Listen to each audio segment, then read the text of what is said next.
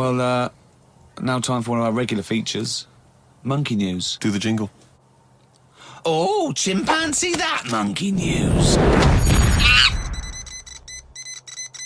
What we're doing here is just giving you a bit of monkey news that's gone on, right? Where a monkey's been involved in it. Good little story in that. Yeah. Are you familiar with the one that went into space? The first sort of thing they ever sent up there before man did it and all that. You see, this is what annoys me with it really. Armstrong gets all the glory, but do you know who went up there before him?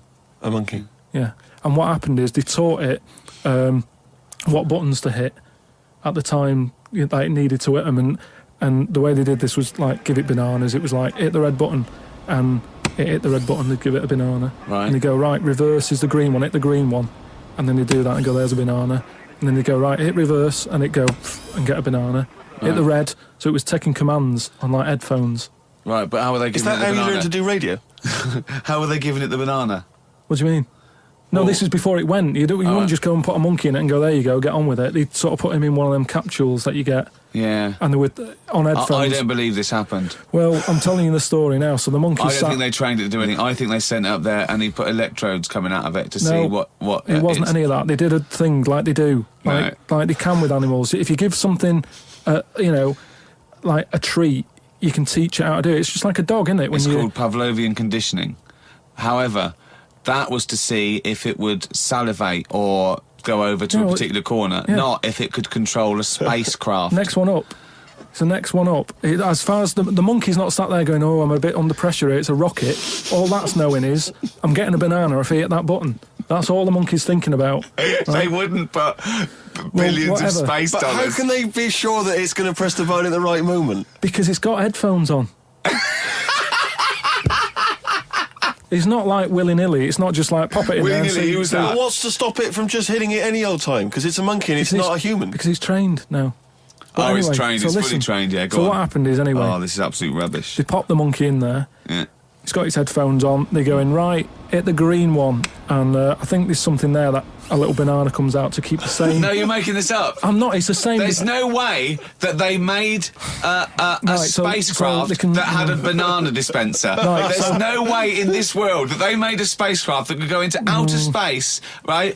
Manned by a monkey with a banana dispenser. So you're saying that it's easy to send something up to space, but you don't believe there's a little banana machine? Right, okay, So it comes to the launch day. Monkeys sat in there. Everyone's ready. Bananas are stocked up and all the rest of it. They go, right, hit the green button. Right, and the rocket goes off and what have you. No, they would not make the monkey launch the rocket. Carl, you are living in a cartoon world. So the rocket goes off, right? This is absolute bollocks. It's all going well. I don't know what you're going to... It's not going well. There's no way a monkey launched a rocket. There is no way a monkey launched a rocket, you idiot. It's all going on. So they're going, hit the left button, and it goes a little bit left. Left button. Right, well-known spacecraft command. This is Houston. Hit the left button.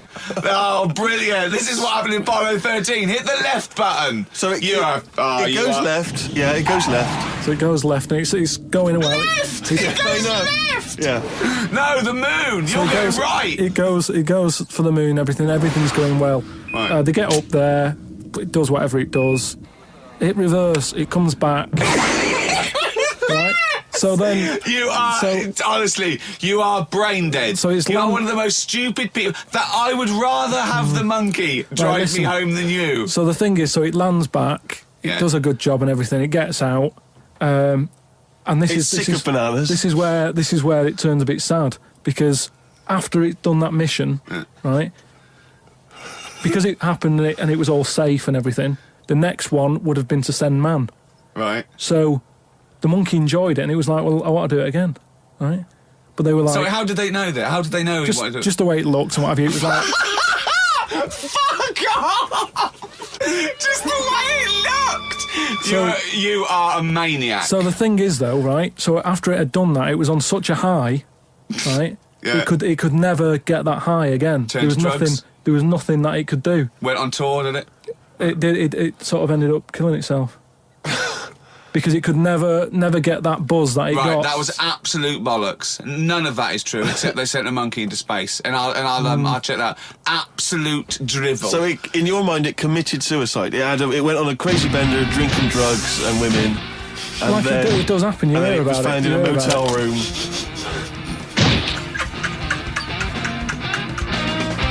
I met Derek Akora the other week. Oh yeah. Right. Now, who's he? Which one's he? He's is he a medium? He can contact the dead. Is that right? He just chats to him and that, passes messages on. Nice of him. So I said, "Oh, tell us something a bit weird and that." So he said, "What do you want to know?" I said, "Just something weird." So he goes, "All right then." He said, "Here's one for you, right?" And he said, "There's this pub out in the country, and he said there's this mug. Do you know those old mugs that they have, where they used to like leave their own cup knocking like about, a tankard. Oh yeah. The tankard thing. Yeah. So there was one of them mugs in there, right? And everybody... Tankard, let's use tankard if we've established a the word. tankard, yeah. Because you're the only mug in this story. Right. You believe in it all. High five. Great.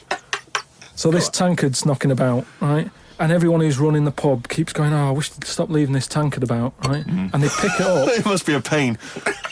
Having a tiny, small tankard in a pub, that must be a real grind.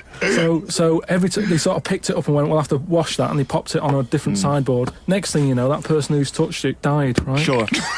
So They must have been getting through bar staff. So they kept getting new staff and that. And they were like, "Oh, what's the connection here?" Right?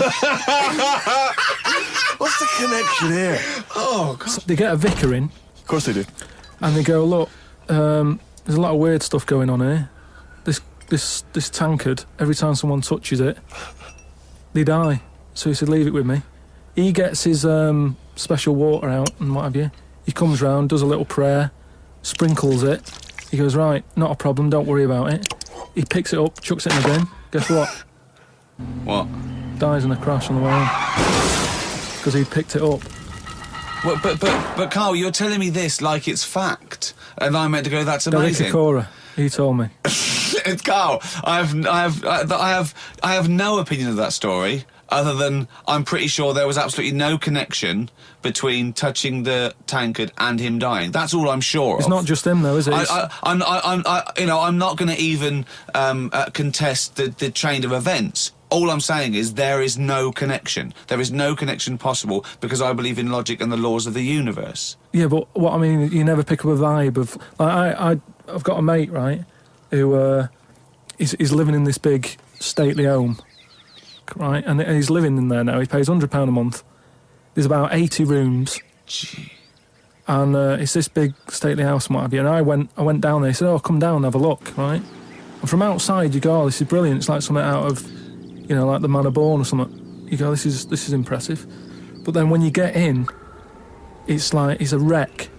And we go in, and all the floors are like a wreck and rotten and stuff. And I looked at the wall, and there was like a little piece of paper stuck on the wall, right? And I said, "What's this here?" So I wandered over, right? Got right up close to it, and somebody had wrote it. Somebody had wrote it? Oh. Somebody had wrote it. Right, go on, sorry. So there's a little sign there, right? And I go up to it, and it says "flies," right, with an arrow. Flies, like flies this way, Yep. right? I think that's a bit weird. So I follow the arrow, right, which goes to this corner where there's a shelf, about 3,000 dead flies on it. Oh my God. Condom stuck on the top. That's weird, isn't it? That is weird. That is weird, right? So I'm looking at that, and there's loads of stuff on the floor and that, bits of paper. Picked up this bit of paper, right? And it had, like in biro and that, it looked really old, like it'd been there years. And it had something like, "Need nappies, dummy," right? Blankets, blah, blah, all this, like, all stuff for, like... And I turned it over, right? And it said, "None of this now needed, baby dead." Right. Now that's weird, isn't it? Now that's what I'm talking about when you get a bad vibe. You go, that's who's been in here. It's bad vibe. It's just based on the fact that... Your mate's in charge. Yeah, that's terrifying. I mean, yeah, so it's like saying, are we scared of the dark? Yes, I understand why people are scared of the dark. I'm a little bit scared of the dark. You're walking along. Because you don't know what's in it. Yeah, you don't know what's in the darkness. That's why people get nervous. It doesn't mean you have to make the leap then that you've got some paranormal sense. Oh my God, I'm Carl Pilkington, and hang on, just like Derek Acora, I have sensed something strange and evil in this room. Wait a minute, there's some flies in a condom. I was right all along. That is weird. Flies in a Johnny equals badness. The flies in a condom was weird. It's weird. I don't know. But the note. Yeah. I just think of his face when he saw that, reading it by torchlight. He must have been terrified. It's a bit odd, isn't it?